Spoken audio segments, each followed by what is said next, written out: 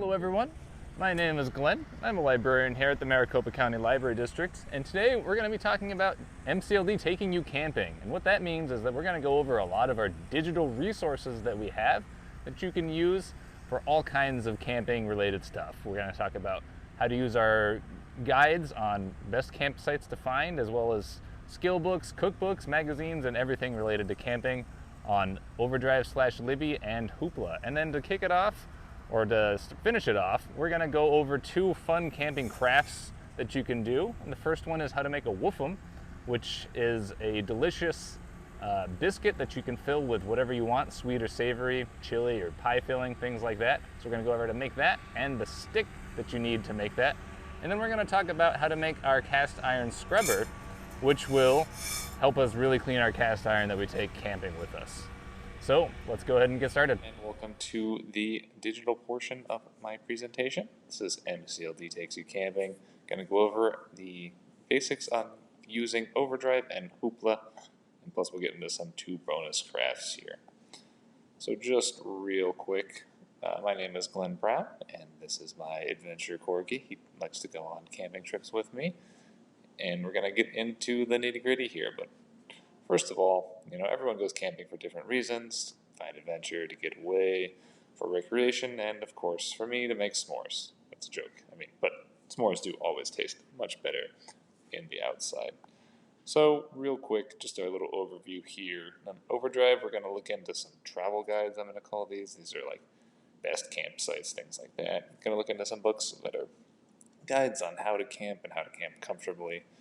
Going to look at some books that are called skill books, so things that will teach you wilderness, survival skills, and then magazines. And then Hoopla, we're going to look at the same kind of thing, skill books, and then Hoopla also has some of my favorite camping cookbooks on there, and then we'll go into our two crafts at the end. We're going to make a chainmail cast iron scrubber, and we're going to make woofums, which are some interesting campfire treats. So first off, we're going to start talking about Overdrive. So real quick, I'm going to do an overview of how to navigate to these particular resources on Overdrive. So you go to Overdrive or Libby. We're going to mostly be focused on Libby from here on out, just as a library. So if you go to that top-down menu, hit e-media from our website and go to Overdrive/Libby, you're going to pull up the Greater Phoenix Digital Library. This is our Overdrive/Libby website. And from here, you have two options to find what we are looking for. So the first option is going to be going into doing a genre search or a category or subject search and looking for outdoor activities. This, I find, is a little bit lackluster. So your better method is going to be just doing a search for specifically what you want, like camping or camp or campsites or outdoor or those kind of things, and then that's going to give you a whole lot of stuff that you don't necessarily want. But over on the left, you can narrow that down to nonfiction or by audience for adults or juvenile if you're looking for camp books focused on being able to take your kids out camping with you.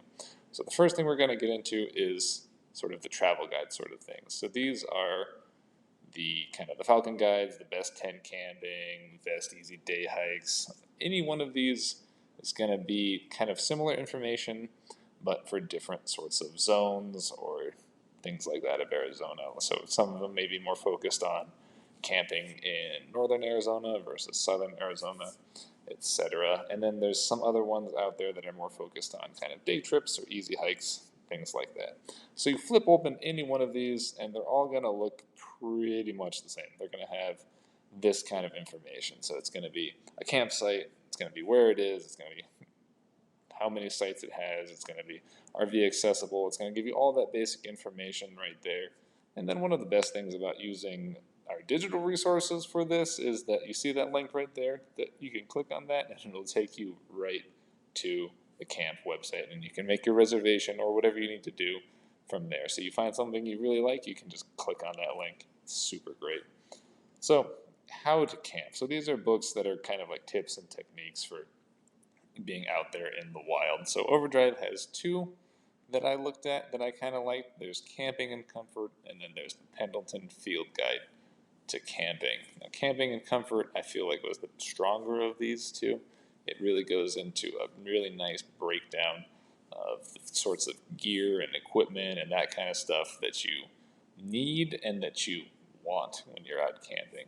So it really kind of helps break down all kinds of stuff into some really nice categories for like car camping, backpacking, kitchen, what you need in your kitchen, what you need for cleanup, what you need for fun and entertainment, and what you need for children, stuff like that. The Pendleton Field Guide to Camping is very similar, with a pretty heavy emphasis on national parks. So if you're looking for something that can kind of help you get through navigating to some of the lesser or more well-known national parks, then that's going to be the better one for you.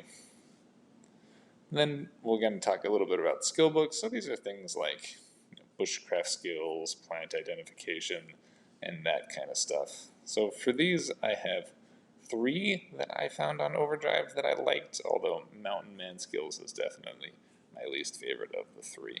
So I would strongly recommend The Lost Art of Reading Nature's Signs. This book will take you into great detail on how to just glean a lot more information from nature and the outside world. So if you ever wonder what certain types of clouds or airflow or plants can tell you about where you are, what direction you're heading, and what is coming, then this is the book for you. It's superb. It gives you just an absolute ton of information on being able to sort of look at the clouds and being able to read what weather is coming, or look at some plants and tell which direction you're going, or know what birds are talking about roughly, things of that sort. And then information about the moon, the phases, and things like that. It's just an absolutely superb book. And if you like being out in nature and asking the question, why is it like this, then this book is for you. Now, Foraging Arizona is a book about various kinds of edible plants that we have here that you can scrounge up. Of course, as with anything you find out in the wild, you have to be absolutely 100% sure that you know what it is, which they talk about in the book. So just kind of a fun book for me, just to sort of get a sense of what really is out there that is available to us. And then Mountain Man Skills, like I said, this book was just sort of okay. There's some good information in it, but by and large, it feels like it is written as a book that was intended to sort of feel like it was an old, like 1900s sort of skill book, and really it just sort of doesn't go quite into enough depth or detail, and it's more about sort of primitive living than it is about survival skills. And then I'm going to talk a little bit about some magazines that you can find on Overdrive, and Overdrive has a huge number of magazines, so if you didn't know that, they aren't too hard to find. So if you go to that, when you do a search, you can narrow it down to type, and if you narrow it down to type magazine, you can find them. So to find these are just sort of the big 3 kind of camping outdoorsy ones that we have. I just searched for outside or outdoors, and then on the left, when I was able to narrow it down, I picked magazines. So these are the big 3: outside, backpacker, and field and stream. And they each have kind of a different emphasis based on what you're looking for.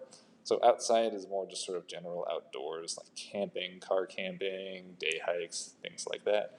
Backpacker, of course, deals with backpacking, so if that's sort of more your speed. And then field and stream really has more of a heavy emphasis on the hunting and fishing aspects of it. And what I really love about Overdrive is that if you go to any one of these magazines, or any magazine in general, you can always immediately borrow. There's no wait periods. You can also select previous issues. So if you click on that drop-down menu there, select another issue, you can look back through a pretty extensive catalog of past issues of these magazines. Overdrive also has a lot of really great books on national parks like the Grand Canyon or Sequoia. For this, I'll focus on a couple you can find for the Grand Canyon. Now, these all are going to be pretty similar in the information that they present to you. The Lonely Planet Grand Canyon is the one I'm going to focus on, but the others are pretty good. The one at the top right there, Grand Canyon, that's actually another magazine you can find. That magazine is a rotating seasonal magazine of the big national parks over in our side of the country. So the Grand Canyon, Yosemite, and Yellowstone.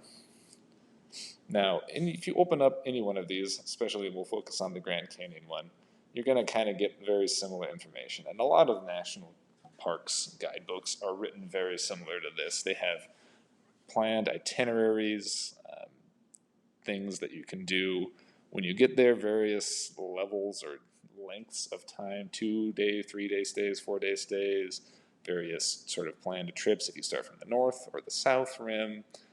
A lot of great information on understanding what you're getting into, and depending on what season you're going, and all of that kind of stuff. Basic information on, lodging and survival and eating and dining and all of that kind of stuff. So, and once again, I just have to really emphasize this point. Finding these books on Overdrive is absolutely amazing, because if you're looking through here and you're looking, where can I camp around the Grand Canyon? And then you find, okay, well, this Kaibab Lake campground, that sounds pretty good. You can just click on that link right in there, and you just pull up the website, and then you can know exactly whether or not you'll be able to reserve that. Absolutely amazing. So then we're going to move on to a couple of things that you can find on Hoopla. And Hoopla is one of our other big digital platforms that you can find tons of ebooks and audiobooks and comics, although that's not really related today. Now, Hoopla I really, really, really love because there is no wait periods for anything whatsoever. The only thing is you can only download 15 titles a month, but that's quite a few when you're reading big, several hundred-page books. Now, Hoopla, I will say, is a little bit harder to get to the sort of information that we are looking for, specifically for camping. So you can drop down to Hoopla from the eMedia menu and click on Hoopla. If you don't have a Hoopla account, you will need to create one. You'll just need your library card and an email. Now, there's a couple of different ways that we can go about this. We can browse by genre and collection. So if we do that, and then we can drop down and kind of navigate our way through genre, browse ebooks, sports and recreation, and then camping. And that's a little bit cumbersome to get to, and it's going to pull up a whole ton of stuff that's not necessarily relevant. We can just do a basic search for camping, and again, this is going to pull up an enormous amount of information and books. There's a ton of books that just have camping in it, or are sort of about, children's camping as part of the story, and it's going to collect all of these for you. So if we I would recommend doing the genres and collections and going through camping, and then just sort of kind of flipping through and finding other keywords that you can use to search. But you can also do an advanced search here, and you can search by title, you can search by adding some keywords into there, you can select the format to be just an ebook, and then if you come down all the way down to the bottom, if you put in subject genre, if you use that subject genre I gave you before, the sports and recreation or camping, that's going to be what you want to put down there in that last field. That's what's going to drill us down to what we need. Now, before I move on to talking about the skill books and cookbooks, I will say that if you are looking for those sort of travel guides for anywhere that isn't Arizona, Hoopla is probably going to have it. They have tons of best tent camping, California, Washington, Oregon, New Mexico, that kind of stuff on there. So if you're looking to camp and travel out of state, check Hoopla. So we're going to talk a little bit about skill books. So same thing, bushcraft, tracking, identification, that kind of stuff. And there's a whole lot on Hoopla. Now, there's sort of two categories, the modern stuff and the sort of older historical stuff. So first we'll talk about the modern stuff here. So Bushcraft Basics and the SAS Survival Handbook kind of fill a pretty similar niche. If you're only going to read one of these, in fact, if you're only going to read one book about survival skills, I would recommend the SAS Survival Handbook. It is going to have pretty much everything that you need in there. But they both kind of fill a similar sort of niche where you're looking at sort of survival skills. So this is the things that you would need if you get lost or stranded, how to make a fire bow to get a fire started, how to track and set snares for animals, how to survive in different kinds of climates, and those sort of things. And then our other sort of category is the historical stuff. And this this is interesting. Hoopla has created and reproduced various old-time camping books. So one of the biggest and most popular ones was written by a man whose pen name was Nesmuk, and he was writing this in the early 1900s and late 1800s, and he wrote a book called Woodcraft. And Woodcraft has been, as you can see, there's many different variations of it, as it sort of has evolved. Some are still by Nesmuk as he kind of creates and evolves his own thing, and then some are other people sort of building upon him. But this is, like I said, this is a historical book. So there's a lot of old information in there. So they're talking about hitching up a wagon out into the wilds and surviving off of whatever they can carry onto a wagon. Fascinating.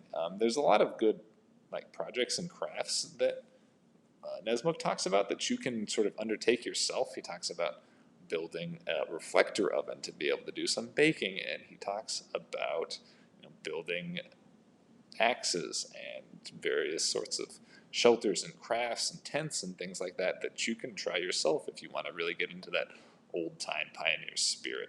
Now, a lot of it's a little bit dated, and a lot of it's still strangely relevant. It's kind of funny how sometimes the more things change, the more they stay the same. Nesmuk has an interesting sort of a rant on people who pack too heavy. He talks about packing light to really be able to enjoy nature in its fullest.